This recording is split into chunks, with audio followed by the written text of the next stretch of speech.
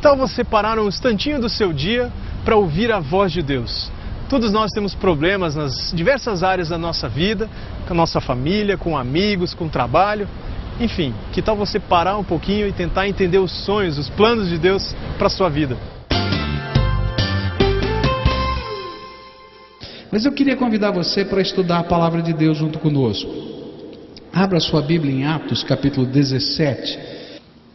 E tendo passado por Anfípolis e Apolônia, chegaram a Tessalônica, onde havia uma sinagoga judaica. E segundo o seu costume, Paulo foi à sinagoga e por 3 sábados discutiu com eles com base nas Escrituras, explicando e provando que o Cristo deveria sofrer e ressuscitar dentre os mortos. E dizia: este Jesus que lhes proclamo é o Cristo. Alguns dos judeus foram persuadidos e se uniram a Paulo e Silas, bem como muitos gregos tementes a Deus, e não poucas mulheres de alta posição. Mas os judeus ficaram com inveja e reuniram alguns homens perversos dentre os desocupados, e com a multidão iniciaram um tumulto na cidade. Invadiram a casa de Jason em busca de Paulo e Silas, a fim de trazê-los para o meio da multidão. E contudo, não os achando, arrastaram Jason e alguns outros irmãos para diante dos oficiais da cidade, gritando: esses homens que têm causado alvoroço por todo o mundo, agora chegaram aqui. E Jason os recebeu em sua casa, e todos eles estão agindo contra os decretos de César, dizendo que existe um outro rei chamado Jesus. E ouvindo isso, a multidão e os oficiais da cidade ficaram agitados, e então receberam de Jason e dos outros a fiança estipulada e os soltaram. Todo o capítulo 17 do livro de Atos fala, Lucas registra, e ele está preocupado em colocar para a gente em detalhes as diversas reações que as pessoas têm quando ouvem e tomam contato com a palavra de Deus. A palavra de Deus, quando fala ao nosso coração, ela mexe com a nossa alma, ela mexe com a nossa vida, ela mexe com a nossa mente, e nós temos que reagir a essa palavra. Eu queria olhar para uma reação negativa que aconteceu ali. Não foram todos os que estavam naquela sinagoga que tomaram essa reação, tiveram essa atitude de se comprometer com a palavra, com o Senhor e com o povo de Deus. Mas aconteceu justamente o contrário com alguns. E é interessante que Lucas agora coloca isso de uma forma muito forte, o contraste. Ele diz assim no versículo 5: mas os judeus ficaram com inveja. Está assim na minha Bíblia. Mas os judeus ficaram com inveja. E ainda que Deus estivesse trabalhando no coração de todas as pessoas ali, a reação deles foi negativa e eles tiveram inveja. E aí eu fiquei pensando, mas inveja do quê? Não é? Você não fica pensando, mas inveja do quê? O mesmo Deus estava falando com eles e com os outros. O mesmo Deus estava fazendo as mesmas coisas na vida de cada um. Durante toda a vida de um e de outro, Deus estava trabalhando. Na mesma sinagoga em que eles estavam, chegaram os pregadores. Inveja do que então? O que estava acontecendo? E é interessante perceber como, às vezes, aquilo que é o mais importante fica ofuscado pelo menos importante na nossa vida. E é por causa disso que a inveja vai acontecer no coração desses homens. O mais importante não era a sinagoga. O mais importante era o Deus. Por que aquela sinagoga foi edificada? O mais importante não era o nome da sinagoga, do lugar. não era a placa que estava ali na frente, não era a organização social e política que existia dentro da sinagoga. O mais importante era Deus.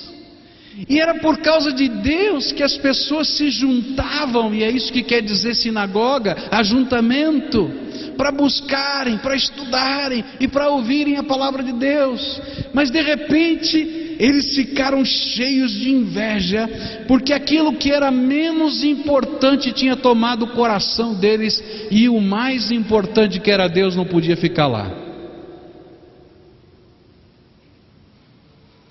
E a inveja estava acontecendo porque os líderes da sinagoga achavam que estavam sendo roubados dos seus adeptos, como se as pessoas que ali estivessem fossem deles, e eles não fossem companheiros dos mesmos na busca daquele que é o maior do que tudo e todos.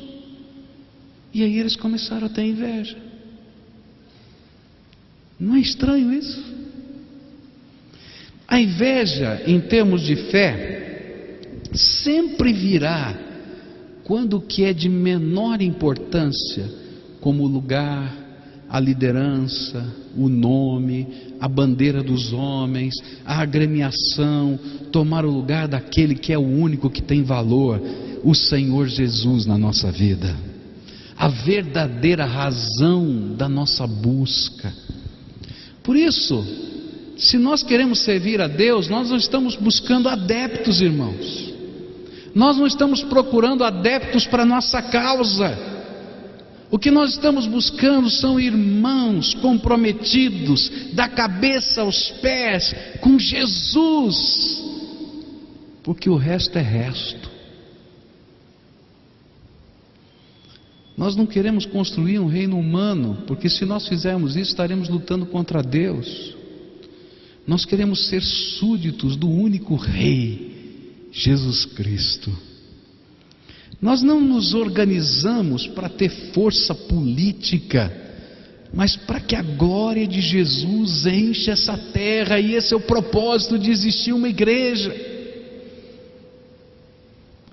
Por isso, se a inveja e o ciúme crescem no seu coração, por causa dos que se decidem a servir a Jesus mais intensamente, olhe para o seu coração, porque com certeza ele não passará na prova do olhar do Senhor Jesus.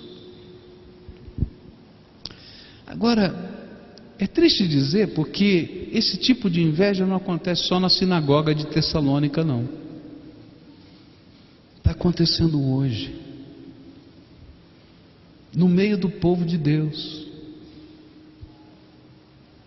E eu vou falar baixinho, mas às vezes acontece na mesma comunidade, porque essa inveja que está aqui é a inveja que pode acontecer entre uma classe de escola dominical e outra classe de escola dominical, entre uma célula e outra célula, entre um grupo musical e outro, entre uma congregação e outra.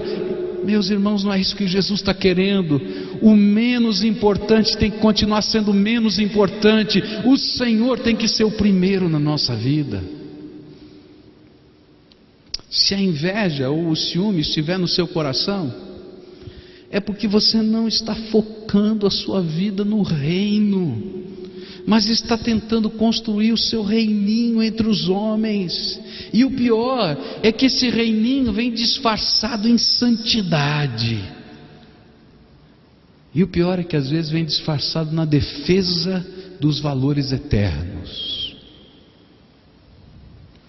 Sabe por que eles fizeram essa confusão toda? Porque eles tinham que defender a boa doutrina.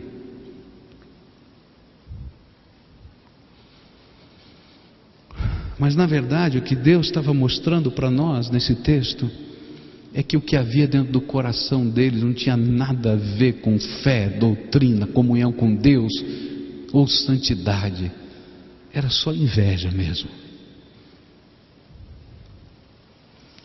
O que Jesus deseja é que você esteja disposto a entregar, a honrar, a servir ao Senhor. E quando você reconhecer um homem de Deus em qualquer lugar, se alegre porque Deus chegou naquele lugar. Sabe, irmãos, quando eu vejo uma igreja crescer, eu me alegro.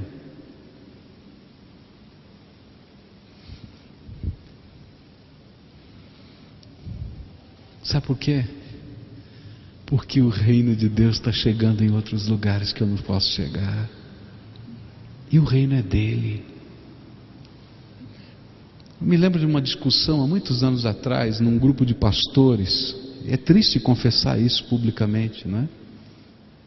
E que eles estavam querendo saber qual era a distância ideal para que houvesse uma nova igreja. Tipo assim, bom, essa aqui é minha paróquia, tá? Então esse aqui é o lugar onde eu estou ministrando. Qual seria a distância ideal para a gente construir uma nova igreja? E aí eles estavam brigando, será que é 1 quilômetro? Será que são 2 quilômetros? E aí um homem se levantou no meio daquela reunião e eu achei incrível. Ele falou assim, vocês já viram a estatística de quantos bares existem por metro quadrado e habitante? Aí todo mundo ficou olhando assim. Eu queria que tivesse mais igreja do que bar por metro quadrado e habitante. E querido, se você não consegue entender isso, então você não entendeu nada do reino de Deus. Porque a gente está querendo ver a glória do Senhor encher essa terra. Eu nunca vou me esquecer de uma cena linda. Nós estávamos subindo a serra, nós estávamos em Seul, na Coreia.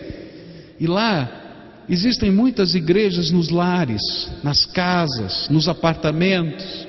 E eles fizeram uma coisa para impactar a cidade de Seul. Em toda a casa onde tem uma célula funcionando, uma igreja no lar funcionando, eles colocam na parede ou em cima do telhado uma cruz de neon.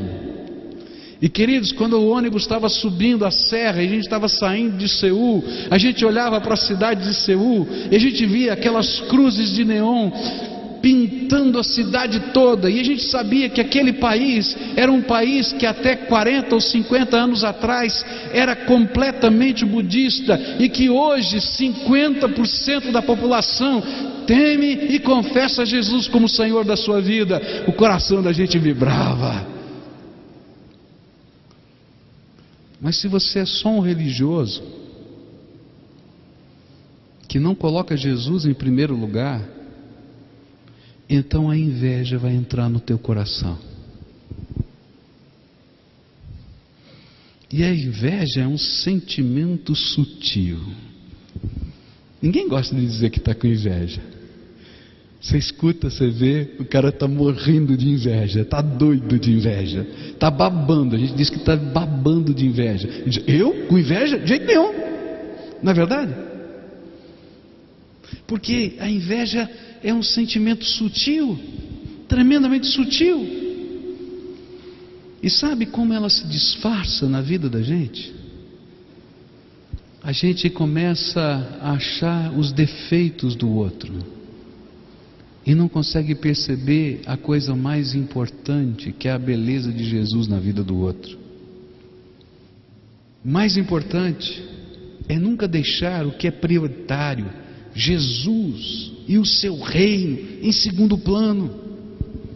Quando a inveja chega ao nosso coração, ela sempre nos faz acreditar que os fins justificam qualquer tipo de meio, por mais escuso e hediondo que seja. Não, meus queridos, Deus é santo e não tem fim que justifique meios hediondos, segundo a palavra de Deus. Como Deus pode tomar parte do que é perverso? Como Ele pode aprovar o que afronta a sua natureza? Cuidado! A Bíblia diz que existem muitos falsos profetas que vivem um tipo de fé parecida com a dos líderes da sinagoga de Tessalônica. Jesus nos ensina